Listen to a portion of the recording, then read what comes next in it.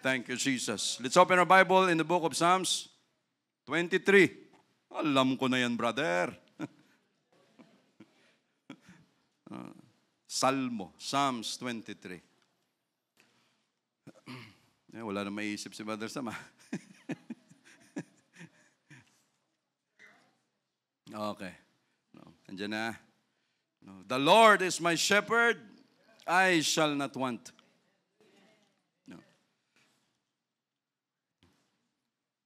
Ang Panginoon ay aking pastor, hindi ako mangangailangan.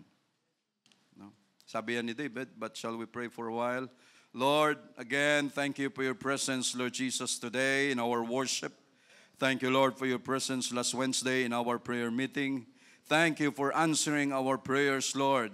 Yung mga pinag-pray namin last Wednesday, natupad today. Thank you for giving them the Holy Ghost, Lord Jesus.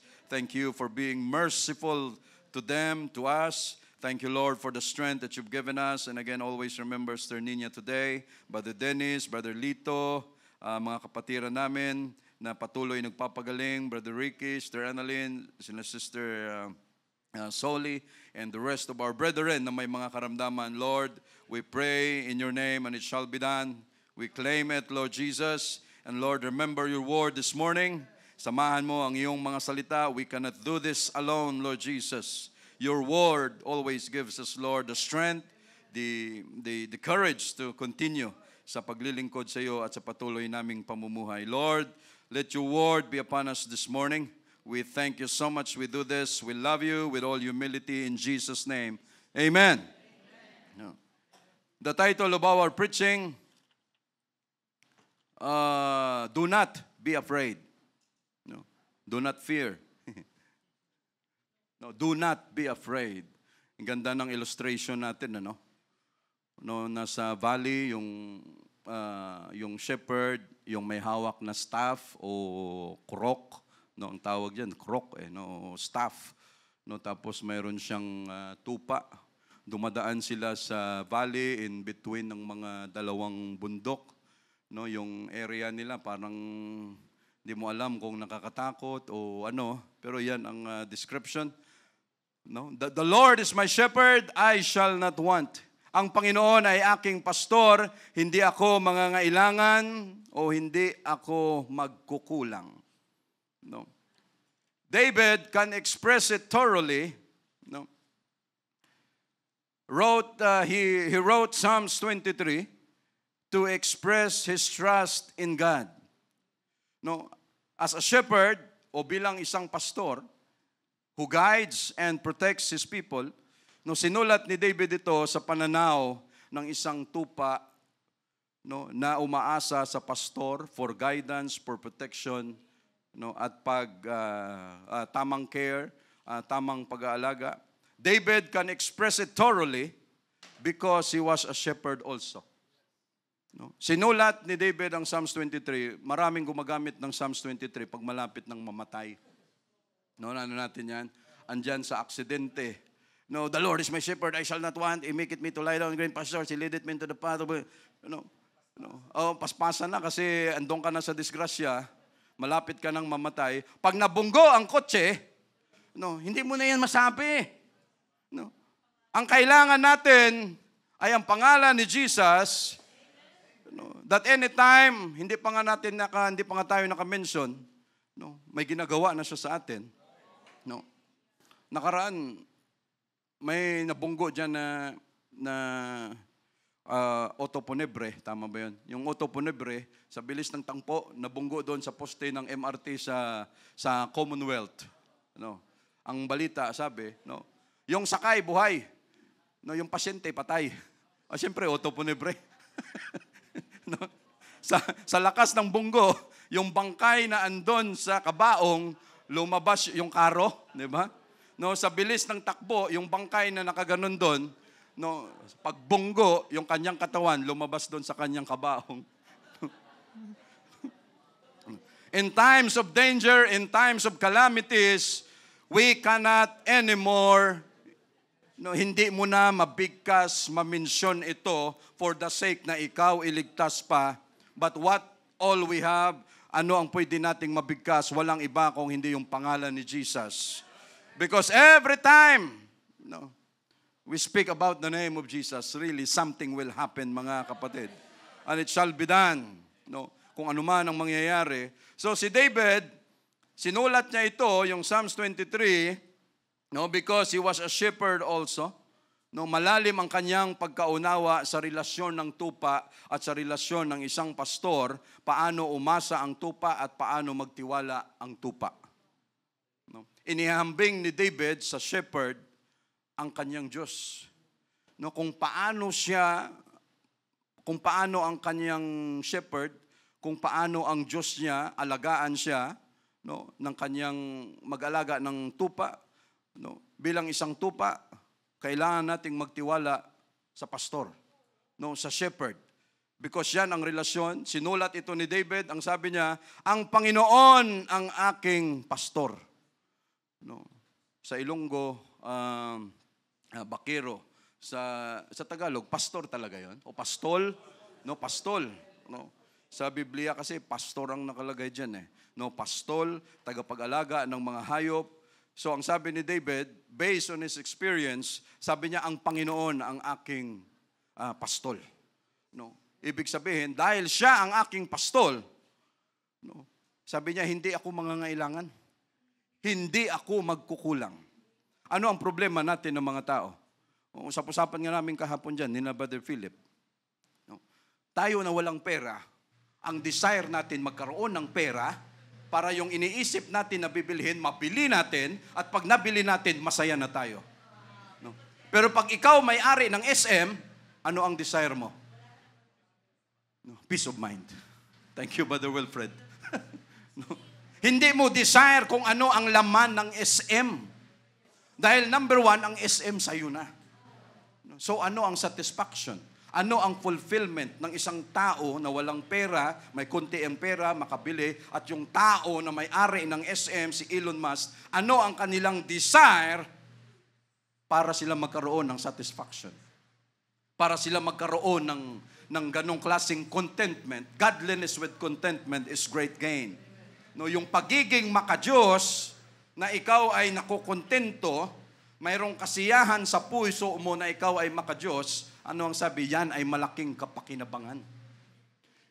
So ang isang tao, just like imagine, tayo ang may, how we wish na tayo may-ari ng SM. Tayo may-ari ng GL. Kahit GL na lang. O sari-sari store. How we wish na mayroon tayo niyan. At pag mayroon ka na niyan, ikaw may-ari ng SM, ikot ka doon, ano ang desire mo? Hindi mo desire na makuha kung anong bagay doon sa loob. Kasi sa'yo na yan. So hindi yan magbibigay ng satisfaction sa'yo. Pero tayo, every week, andon sa SM, umiikot-ikot. Ginagawa na natin walking place o window shopping dyan sa SM. Oy, nakailang steps na ba ako? Ganon doon. Malamig yung lugar. Na isang oras, wala pa rin pawis. Siyempre, ang lamig ng lamig. Pero ang importante, tumitibay pa rin ang ating binti. So, ganon mga kapatid, we do not desire yung mga tao na yan, na limbawa sila may-ari ng SM. Hindi yan nila kailangan kung anong laman dyan. That is why yung mga tao na mayayaman talaga. Mayroon ang kinuwento ang kapatid ko dati. Sabi niya, totoo yan Sabi niya, yung nabalita na yan, yung nag-cocaine na nahuli, yung kanyang girlfriend namatay, kasi parang nag-suicide, tapos yung may-ari ng isang resort doon sa Quezon na napakamahal na resort, sabi niya, totoo yan kasi nung doon ako nagtatrabaho, ako yung pumapasok sa kwarto nila, kasama niya mga Russian, mga European, mga kababaihan. Pagpasok ko, humihit-hit yan sila, tapos minsan inaalok pa ako. Gusto mo? Why? May-ari na yan. Because they are not satisfied sa kung anong mayroon sila.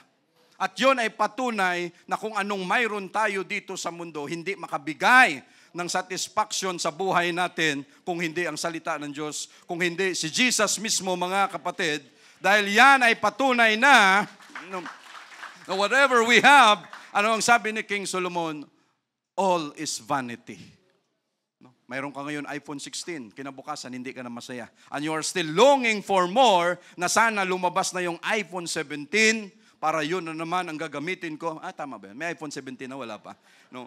So, yun na naman ngayon ang nilolonging mo. So, ibig sabihin, mga kapatid, mga bagay na andito sa mundo, wala yan satisfaction para sa atin. At lahat ng yan, iiwan natin yan. No, kahit anong proteksyon, mayroon tayo dyan. Doon sa amin, ilan yung kabahayan na may mga fence na mga wall, tapos may mga electrical fences pa. No. No, yung kanilang bahay, hindi mo pwedeng akyatin kasi may mga kurente pa. No. Bakit yung kamatayan, pwede mong harangan sa loob ng pamamahay? Hindi pwedeng harangan. At yan ay patunay, na walang makakakontrol niyan, mga kapatid. That is why sabi ni David, sa lahat ng pastol na pwede kong puntahan at gusto kong magpasailalim, sabi niya, dito ako sa Panginoon. Because the Lord is my shepherd, I shall not want, hindi ako magkukulang, hindi ako mangangailangan. Alam mo, pag marami kang pera, punta ka sa SM, minsan window shopping. Kasi bawat tingin mo, mayroon na ako niyan. Bawat tingin mo rito, kahit sa mga tools lang. No, kami ang hilig namin sa tools eh. No, maganda rin kasi nagagamit natin diyan dito sa church, sa bahay. No, Minister Cheryl, saan ka pupunta? No, sa handyman, sa kung saan may hardware. No. Sabi niya, araw-araw hardware na lang ng hardware. Hindi ka nagsasawa sa hardware. No? So balik na naman doon. No, pagbalik, no, tingin-tingin, no, mayroon na kami niyan sa church mayroon na kami nito No, tapos dumating sa punto, no, para bang gustong, yung bang parang ma-realize mo na Lord, pag kasama ka pala namin, I shall not want. No? Lord, pag ikaw kasama namin, hindi kami mangangailangan. Hindi ka magkukulang sa amin because being our shepherd, everything is provided. No. Yung provision na hindi man magmamay-ari ka ng isang SM, pero lahat ng ibibigay sa iyo ng Diyos, sisiguraduhin ng Diyos that you will be satisfied. Sisiguraduhin ng Diyos na may contentment. Anin mo yung buong SM, ang hirap, BIR pa lang. No. Hindi ka makatulog dahil wala kang pera. Yung may-ari ng SM, hindi makatulog kung paano proteksyonan ang pera niya. Paano palaguin yung kanyang negosyo na hindi masira o saan ka. Dito na tayo sa punto na Lord, okay, sapat ang binibigay, ang provision mo sa amin. Ang importante, we are satisfied, we are contented sa kung ano ang binibigay mo sa amin, Lord Jesus. Dahil ni minsan, hindi ka nagkulang because you are our shepherd, I shall not want. Hindi sasabihin ni David to kung hindi niya na-experience ito. No? Sa takbo ng buhay ni David, sa haba ng paglilingkod ni David, mula bata pa, no, dito niya sinabi that the Lord is my shepherd. Why? No, siya ay isang naging shepherd boy din. No, nakaka-relate siya, alam niya ang buhay ng isang shepherd na hindi madali. No? Binabala mo yung buhay mo, yung sarili mo. Pag may dumating na wolf, pag may dumating na bear, na lion, anything predator na pwedeng pumatay sa iyong mga tupa, ikaw ang humaharap muna, no, para maprotektahan mo yung mga tupa mo. So sabi ni David, the Lord is my shepherd, I shall not want. Kung maghanap lang naman tayo ng shepherd, piliin na natin si Jesus. Huwag na tayong magpili ng iba. No, yung ibang satisfaction, greener pasture. No, kung magpili ka lang naman ng ikabubuhay natin, siguraduhin natin na andyan si Jesus sa kabuhayan na yan. No? Dahil pag wala, yung kabuhayan na yan will not give us satisfaction. Will not give us contentment. No, at pagdating sa dulo, no, malulungkot ka lang, no, yung mga sunog, mga nakaraan. Sa Marikina, ang tindi ng sunog nakaraan. No, yung bodega doon ng plastic at saka mga electrical wires, electrical equipment. Tapos nakaraan sa Pasay, hindi lang nasunog, may 4 pa na nadali doon. No? So lahat, without the protection of our God. He maketh me to lie down in green pastures. He leadeth me beside still waters. No, kanyang pinahihiga ako, ano tinatagalog natin? Kanyang pinahihiga ako sa sariwang pastulan. Pinapatnubayan niya ako sa siping ng mga tubig ng pahingahan. No, anong klaseng description mayroon si David sa kanyang Diyos? Sabi niya, ang Diyos ang aking pastol. Tapos sabi niya, kanya akong pinahihiga sa sariwang pastulan. Sino nakaranas mag-alaga ng kambing?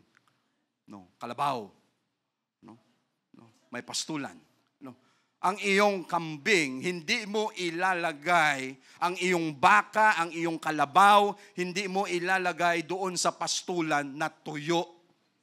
Doon sa pastulan na lahat dried ang mga grass, mga damo, wala siyang makain, wala siya kahit ano, hindi mo yan siya ilalagay dyan. Pag ikaw na shepherd, ilagay mo yung alaga mo doon, ibig sabihin, masahol ka. No, ibig sabihin, mapintas ka.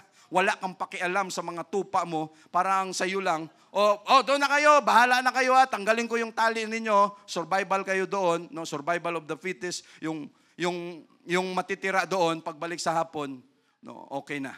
No. Pero sabi ni David, hindi ganon ang Diyos ko. Hindi ganon ang aking pastol. Sabi niya, ang aking pastol, sinisigurado niya na ako ay makakahiga sa sariwang pastulan. No, just imagine that. No. Kahit ano ang sitwasyon natin, every time we come on a Wednesday, we come on a Sunday in this place, we can really feel that every time we are here, we are comforted.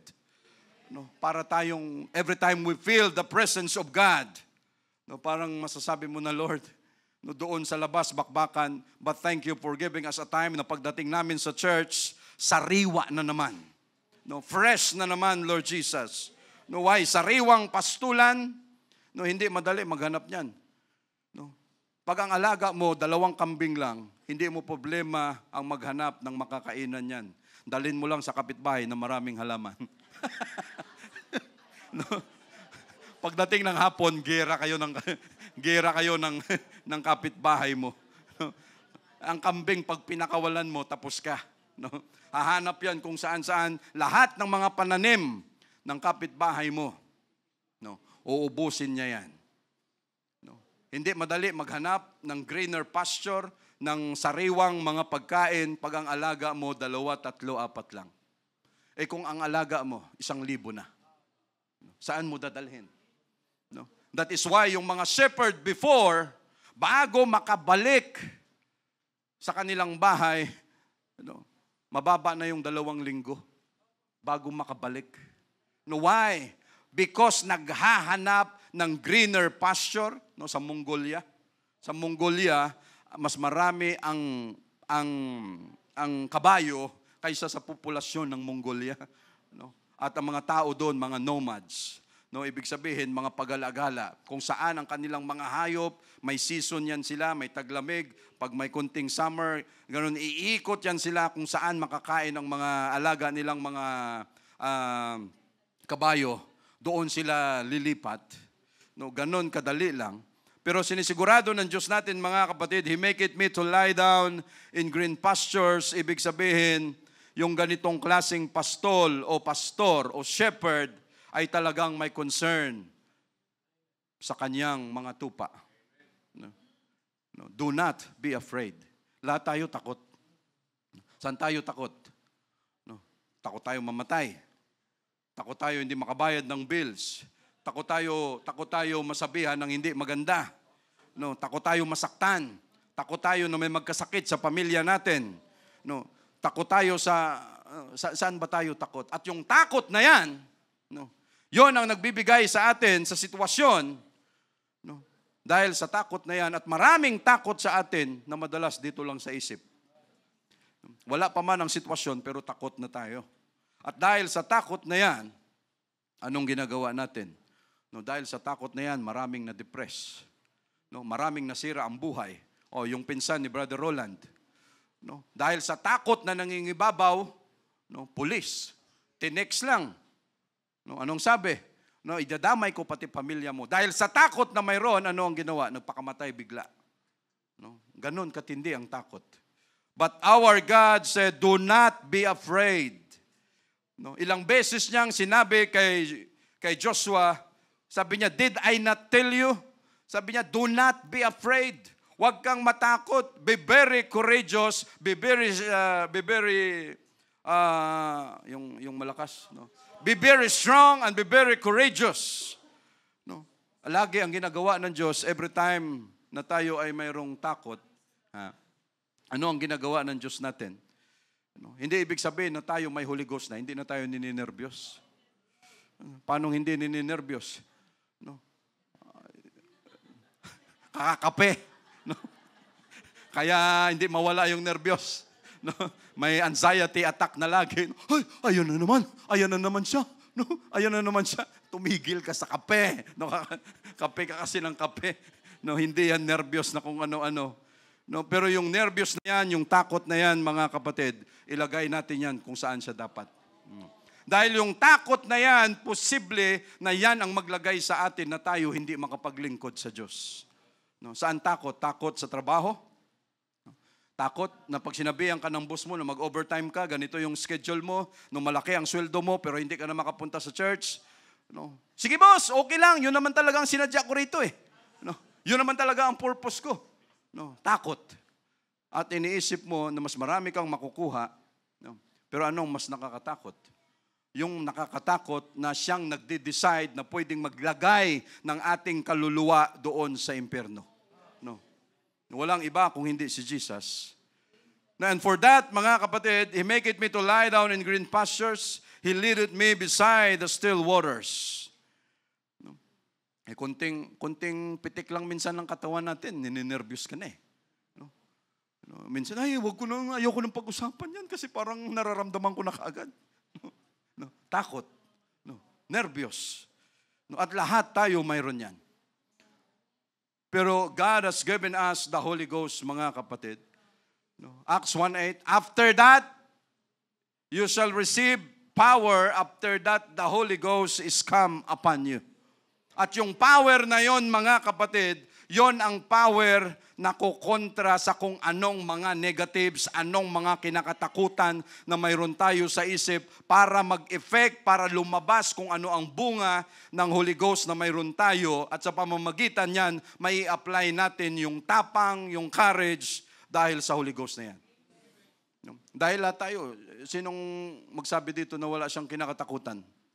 Pag wala kang kinakatakutan, ewan ko.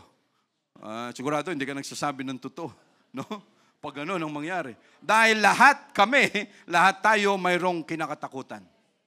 Pero hindi dapat na yung takot na yan ay siyang maging rason na tayo hindi makapaglingkod sa Diyos. Yung rason na kung saan hindi tayo makarating, hindi tayo makapaglingkod ng tama sa Diyos natin, mga kapatid. No, dahil pag yan ang nangyari, ibig sabihin mawawala ng effect yung Holy Ghost na ibinigay niya sa atin. Verse 3, He restored my soul. Naranasan na ba natin yung naranasan ni David? Hindi pa. No? For 13 years, natakbo ng takbo. Habol naman ang habol si King Saul. No? And for 21 times na siya ay gustong patayin ni King Saul, ni minsan, no, hindi man lang siya namatay. No? For many years, no, nagbuang-buangan pa siya kung ano ang kanyang ginawa. No? He restored my soul. Kanyang pinapananauli ang aking kaluluwa. Hirap ng Tagalog niya, no? He restored my soul. Walang kailangang i-restore kung okay ka na. Kung okay na tayo, walang kailangang i-restore.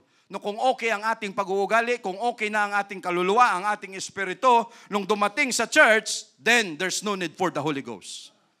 Pero lahat tayo pagdating sa church, we are broken. No, we are, yung soul natin na ito, lahat giba, no, walang saysay sa harapan ng Diyos. But God has given us the Holy Ghost and He restored our soul. That is why pagdating dito, iba ang restoration. Kasi kung pumunta tayo, and Lord, we are so thankful na Ikaw ang nag-restore ng aming kaluluwa. No, why? No, pagdating mo dyan sa labas, anong advice? Pag kami ng mga kalalakihan, brother, idaan mo lang yan sa Red Horse. No. Ay, ang Red Horse, magkano yung redor sa JT Manukan? No, sa sa Manukan ng mayroong mga redors doon, magkano yun? 80, 85, 86 o 95. No, ganun na yung presyo. No, ay wala yan. No, yon ikaw gibang-giba ka na. Pagdating sa labas, kaibigan mo, kumpare, yun pa ang i-advise sa'yo. How can you restore our soul? How can you restore your soul? No, giba ka na nga, pagdating sa laas, sa mga negative advices, ay mas lalo kang magigiba. At pag tayo nagiba, wag mong isipin na ikaw lang ang masisira. Kung mayroon kang pamilya, kung mayroon kang mga anak, no, lahat ng yan masisira. No, dumaan na yung February 14. O, sino masaya? Sino nabigyan ng bulaklak? February 14. No? Oh, just imagine. No, nakita natin dyan, yung bagong binugbog. No, may bagong binugbog dyan na babae. Yung DJ ba yun? No, Jilly Au. No, kalain mo, may pa flowers pa. May pa bouquet pa. Yung pala, bugbuging ka lang. No, yung pala, sasaktan ka lang. No, kaya hindi natin, kaya mag-ingat tayo dyan. No, mga pa-flowers na yan. No, palitan mo chocolate. No? No. Why? Ganon ang style sa labas. No? At wag tayong paloko, wag tayong palinlang dyan. Lalo na sa mga kababaihan. No? Wag kayong papadala dyan sa mga flowers na yan. No, kasi baka ipunin niya yung flowers na yan. No, at yun, bugbog sarado yung babae. Just imagine. No, kaya niyang gawin yan. No. No, He restored my soul. He leadeth me in the paths of righteousness. No, for His name's sake. No, kanyang pinapatnubayan ako sa siping ng mga tubig. Pinapatnubayan niya ako sa landas ng katuwiran. No, alang-alang sa kanyang pangalan. No. God restored our soul. He leadeth us into the paths of righteousness. Hindi dahil sa tayo ay magaling. Binigyan tayo ng Diyos ng Holy Ghost, hindi dahil sa magaling tayo. Hindi dahil sa kung ano ang mayroon tayo, hindi dahil sa kung ano ang may pagmalaki natin, but because of His name. No? No? Yung kanyang pangalan na siyang kanyang iniingatan, mga kapatid, no, it's not really, hindi madali ang mag-restore ng isang kaluluwa ng tao. No? Kahit may Holy Ghost, pwedeng pasaway pa rin yan. No? Kahit may Holy Ghost, pwedeng mayabang pa rin yan. No? Kahit may Holy Ghost, pwedeng masama pa rin ang bibig niyan. No? No? Lahat pwedeng ganun. Pwedeng mangyari, and it's not easy to restore one's soul. No? Isang kaluluwa lang na dumating sa church, mabuti kung yung kaluluwa na lang, kunti lang ang i-repair mo. Kung ang repair niyan mula kuko hanggang pinakahuling buhok, na mayroon dito sa ulo, lahat kailangang i-repair mo siya. Kita mo kung gaano kalaking trabaho yan. No? Imagine mo kung yan ay isang kaluluwa ng tao na i-repair mo mula sa kuko hanggang doon sa kanyang pinakahuling buhok. Gaano kahirap yan? No? Pero kayang gawa ng paraan ng Diyos natin yan. No, kahit ano ang status natin, kahit gaano kagulo ang buhay natin, nung pumunta tayo sa church, binigyan niya tayo ng Holy Ghost, and then, ano ngayon? We enjoy our life today. No? Yan ang katotohanan. Yea, though I walk through the valley of the shadow of death, I will fear no evil. No? No. Imagine. No. No. I will fear no evil. Sinabihan lang tayo ng boss natin na huwag ka munang umattend sa church nyo dahil may papagawa ako sa iyo. Takot na tayo, di ba? No? Oy, huwag kang umattend sa church. Ako nagpapaaral sa iyo. No? Nung time na yon, no? Yung nagpaaral sa akin, tita ko. No? Mayroon akong isang lapad. Alam niyo yung lapad? No, 10,000 yen. Every month. Pinapadalhan niya ako para sa pag-aaral ko. Wala naman akong tuition. Ang tuition namin nung time na yun, 520. No, 23 units na yun. Ano? Tapos yung isang lapad nung time na yun, umaabot ng 4,500, minsan 5,000. No? Sarap ng buhay ko, di ba? Magkano lang naman yung pamasahe. Nung kanyang nabalitaan na nakareceive ako ng Holy Ghost, I was baptized in the name of Jesus Christ, nagsisimba na ako every Sunday, umaga at hapon. Sabi niya, tumigil ka dyan. No? Sayang daw yung oras ko eh. No? Sabi niya, magsimba ka dyan, umaga lang, yung hapon, magtinda ka ng banana Q. No? No? Pwede mo pa yung mapera. Ay, di ba, parang tama? No, wise. No. Sabi ko, pasensya na. No, hindi naman ikaw ang Diyos ko eh. Tapang, di ba? Paano? Kakareceive mo lang ng Holy Ghost. No. Honeymoon stage. Lord, wala akong problema. Bigyan mo akong problema.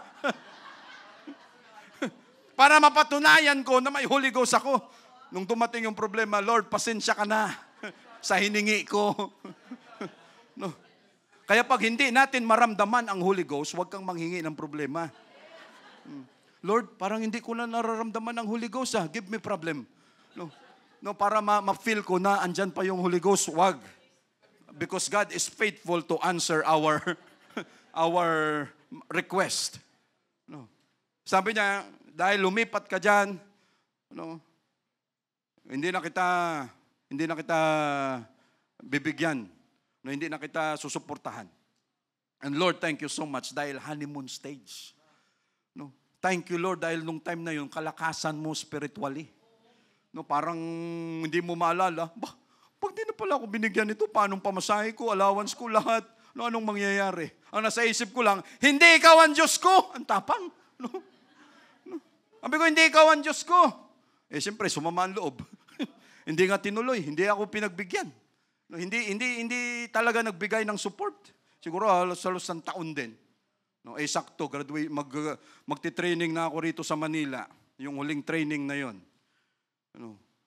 Namumroblema ako kung ano yung, paano ako yung pamasahe sa barko, allowance pagdating dito. Sabi ko, ano kayang gagawin ko? Wala naman akong masahan dito. No, Lord, ano ba to? Wala talaga eh. Walang paramdaman. Parang 400 years of silence. No? Wala. Parang walang probisyon. Pero ano nangyari mga kapatid? Habang nag-iisip ako ng problema, saan kukuha, biglang tumawag. Sabi ko, ito na yon. Panalo ako. No? Sabi sa akin, Sam, sabi ko, anong kailangan mo? Yes, ito na. No, sabi ko, ito na yon. No. Sabi ko, ito lahat ng, sabi ko, I will take this opportunity na makabawi. Sabi ko, ito yung kailangan ko, ganito, ganyan lahat. Sabi niya, sige, walang problema. Papadalang kita dyan, lahat ng needs mo ganito. Sabi ko, Lord, you are our shepherd. No? I shall not want, Lord Jesus. Why? Alam ng Diyos kung ano ang needs natin. Alam niya kung ano ang kalagayan natin sa ngayon. All we have to do is to acknowledge Him that He is our shepherd.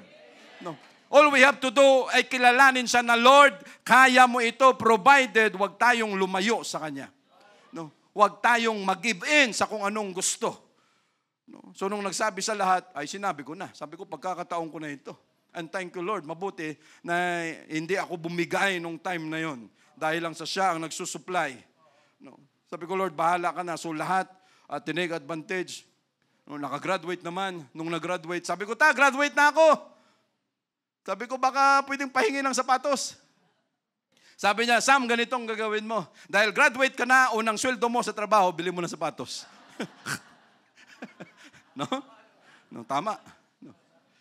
No, at nung dumating kami rito, unang Sunday, dito, no, kasi taga-Bacolod kami, mga probinsyano, pagdating namin dito, no, yun yung time, no, na ang sabi sa amin doon sa Laguna, sa Calamba, no, doon kami nag-training. Ang sabi ng professor bisor namin. Sabi niya, mag-overtime kayo on a Sunday kasi double pay kayo, ganito. 3 kami ang nakuha doon. Sabi ng 2 kong kasama, sige, sayang to, overtime ito, mag-overtime tayo. Sabi ko, hindi, pupunta ako sa church. That was Sunday. Nanghihinayang ako sa overtime. Siyempre, magkano lang allowance namin? 138 every day. Punta. Sabi ko, hindi, pupunta ako sa church. Pagdating dito sa church, attend sa service, worship, ano ang nangyari? No? After the service, very excited si Sister Vicky. No? Sabi niya, Brother Sam. Sabi ko, Sister Vicky, bakit po? Sabi niya, si mama mo sa Bacolod, naka-receive ng Holy Ghost. Sabi ko, ay Lord, ito pala yung bayad sa overtime. No? Hindi mo alam. No, thank you, Jesus. Hindi natin alam, mga kapatid, kung anong benepisyo ng pagtayo natin sa Diyos. At hindi lang tayo ang makikinabang niyan, lahat ng nandun sa paligid mo makikinabang. No? Sabi ko, ay Lord, sulit ito. Sabi ko, saan ka makakita? Tapos kinalunisan, pagpasok ko sa trabaho, sabi ng dalawa kong kasama, Sam, buti ka pa, hindi ka nag-overtime. Sabi ko, bakit? Hindi daw kami allowed mag-overtime. Kasi training pa lang kami. OJT. Sabi niya, hindi pala pwede. Sabi ko, Lord, double panalo. No. Why, mga kapatid? No. Ang Diyos, alam niya kung ano ang needs natin.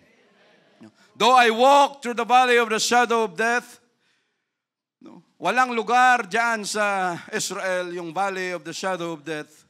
But ano ang gustong sabihin ni David? The valley of the shadow of death was a metaphor, no, figurative speech, no, na kanyang buhay during our dark times in our life, hardships, danger, or uncertainty, or the fear of being of death, but still we can trust God for protection. No? Sabi ni David, though I walk through the valley of the shadow of death, I will fear no evil. Wala akong kinakatakutang masama. No, why? No. Ano ang sabi diyan? David encouraged himself in the Lord. No, pag wala na tayong masasandalan, huwag nating kalimutan that we must encourage ourselves in the Lord. No?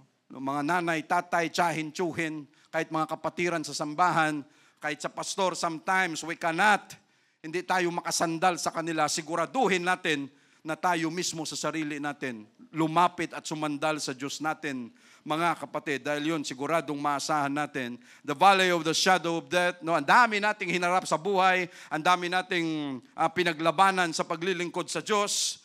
No, maraming mahihirap, maraming pang-aabuso, maraming sa lahat, pati sa pamilya natin, mga near-death experience sa ating kalusugan, marami nang nakaranas niyan. No, mga mahihirap na sitwasyon, ang dami nang nakaranas niyan. But still, ang sabi ni David, I will fear no evil, for thou art with me. No, and thy rod and thy staff, they comfort me. Ito ang nagpapalakas sa atin. No? Kunin ko nga yung sabi ni Brother Roland dati.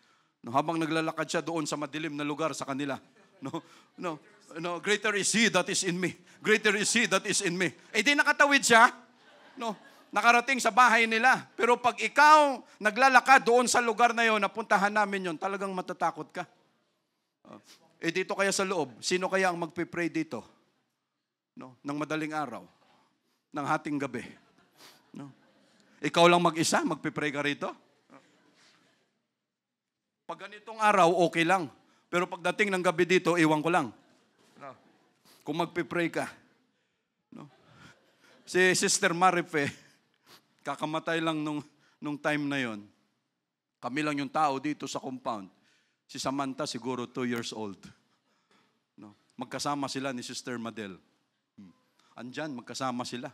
Sabi ni Samantha, nagtuturo si Samantha dito sa may loob ng church. No, titape. No. Sabi ni Sister Madel, Samantha, wag kang ganyan. Wag kang ganyan. Sabay punta nila doon kaagad sa... Hindi nagsisinungaling ang bata, Sister Madel. No? Tatakot tayo kaagad. For thou art with me. Ano ang nagpapalakas, mga kapatid, sa atin? Yung salitang, thou art with me. No. Every time we face situations, every time may naharap tayong sitwasyon, sakit man, problema, ma-hospital ka, walang bibisita sa'yo, ikaw lang kasi hindi pwede. Ano ang encouragement sa sarili natin? Lord, you are with me. Lord, hindi mo ako iiwanan sa sitwasyon na yun, andyan ka. Lord, hindi mo kami bibitawan.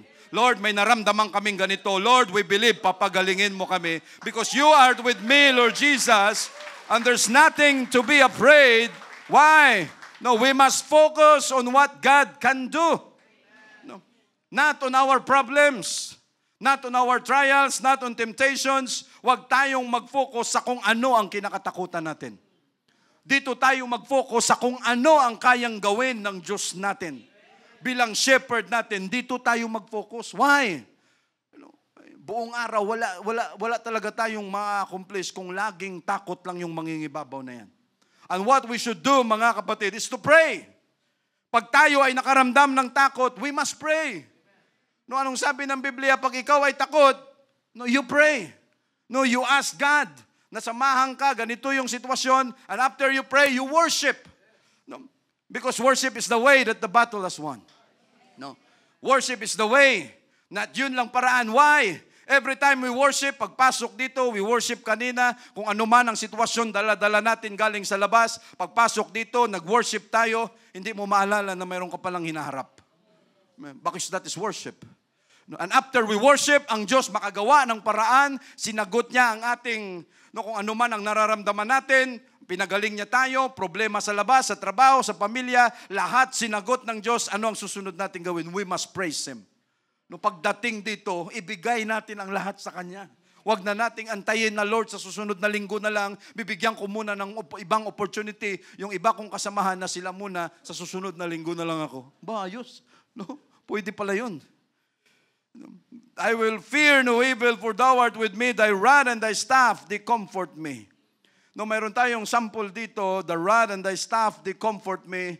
Yung rod na yan, relatively short, heavy, club-like device. No, mas maliit lang yan siya. No, parang stick lang yan, dala-dala ng isang pastol, isang shepherd. Yung staff, mas mahaba, thinner, with a hook or crook to the end. May ganun siya. Iba-iba ang purpose na yan. Yung stick, yung rod na hawak ng isang shepherd, ang purpose na yan, no, pag may mga kaaway, yun ang kanyang gagamitin, mas solid yan, although maliit siya, yun ang kanyang sa mga predators, sa mga magnanakaw, yan ang kanyang pwedeng gamit. Minsan gagamitin niya yon pang tapik. No, sa kanyang mga tupa, no, pang correct, pang discipline. Yan ang gamit niya na rod. While yung staff, mas mahaba, mas manipis, madalas ang purpose naman yan is to save yung mga tupa na nalilihis ng landas. Yung mga napupunta sa mga bangin, sa kung saan-saan man na hindi kayang abutin ng kamay, yun yung ginagamit, may hook yan siya kasi pag yan yung gagamitin niya, ilagay sa katawan ng tupa o sa kung saan niya pwedeng hatakin para magamit niya, yan, mayroon nakalagay dyan, para makanyang gamit. No, ano ang sabi ng Word of God? Thy rod and thy staff, they comfort me. No, pag pinalo tayo ng walis tingting, ay, thank you na, you comfort me. Di ba ang sakit? Ano, yung stick na yan? Ano, inong bata ko, muntik na maubos yung walis tingting sa akin eh. Kaya hindi ko talaga makalimutan yun. No, sa galit ng tatay ko, hindi daw tama yung pagwawalis ko. Muntik nang maubos yung walis tingting. Sabi ko, buti hindi 2x2. No, ganon kasakit. No, thy rod and thy staff, they comfort me. No, lahat tayo may sakit. Spiritually. When we come to God, lahat tayo, kahit ngayon mayroon tayong spiritual o sa kaluluwa natin, may mga inaayos ang Diyos. And through the Word of God, no, pagdating sa atin, yung Word of God is a rod to us, is a staff to us, na pag dumating sa atin, nakukomfort tayo. No, ay hindi kaya madali. No, yung tupa na yung kanina, pag nilagay yun sa liig, hahatakin siyang ganon, masakit hindi. Napakasakit niyan. Kasi ang lahat ng kanyang weight, ang magdadala yung kanyang ulo at liig. Pag hinatak mo yan, but the shepherd has no choice. No, walang ibang way no, na para hatakin kita dyan na ikaw ay maligtas. Kung hindi, walang way. Kung hindi, yun lang ang liig mo na mahatak kita para makuha kita. No, sometimes our God has no way kung hindi maramdaman natin yung sakit na yan because wala na siyang ibang way para makuha tayo. That is why pwersahan na yung ginagawa ng Diyos natin minsan.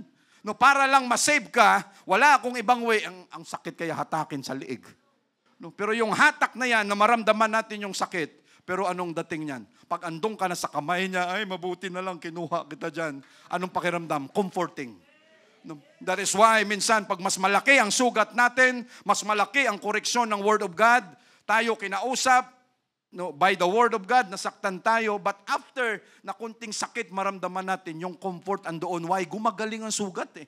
No, umaayos yung sugat. At yun ang paraan ng ating shepherd, mga kapatid, na magawa yan. No, wag nating tingnan na no, yung mga ito, pampalo sa akin lagi ng master ko ito. Yung master ko masahol kasi lagi siyang may pamalo, lagi siyang may no. No, on the other side, iba ang tingnan natin, mga kapatid.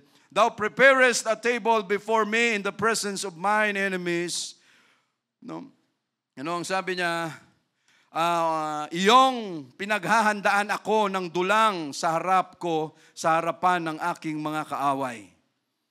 No, thou anointest my head with oil, my cup runneth over. No, hindi lang pagkain ang kanyang hinihanda, but plenty of wholesome drink.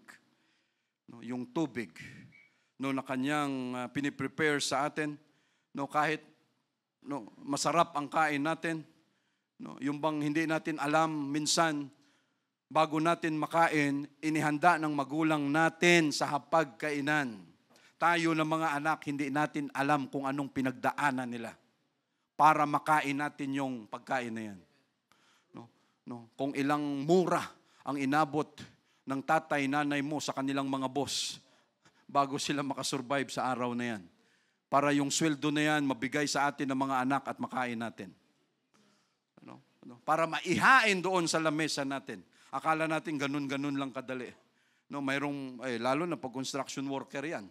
No, bago makakuha ng 500 yan, pag uwi ng bahay, yung kamay, mayroong isang tatay, pupunta doon, graduation ng kanyang anak, yung tatay hindi pa nakaayos, nakatsinelas, nakashort, nakasando, may mga simisimento pa. Pero anong ginawa ng anak? Tay, para sa iyo tong medalya at saka yung diploma. No? Kung ikaw tatay, anong pakiramdam mo? No? But on the other side, mayroon namang anak. No? Kung pwede lang, ayaw niya ipakilala ang tatay, nanay niya. Why? Kinakahiya. No? But to us, mga kapatid, we must be proud of our God. We must be proud of our shepherd. We must be proud of our Jesus because He prepared everything for us. No, buhay ang kanyang binayad sa cross just to give us the Holy Ghost, just to give us this kind of life, mga kapatid. Matindi ang kanyang inihain bago niya tayo mahainan ng Word of God, mahainan ng Holy Ghost, baptism in Jesus' name. Buhay niya sa cross ang kanyang binigay, yung dugo doon sa cross. No, yan ang kanyang pinrepare for us to enjoy this kind of life, no, in the presence of mine enemies. Habang kumakain yung mga tupa doon, nagpapakasaya sila.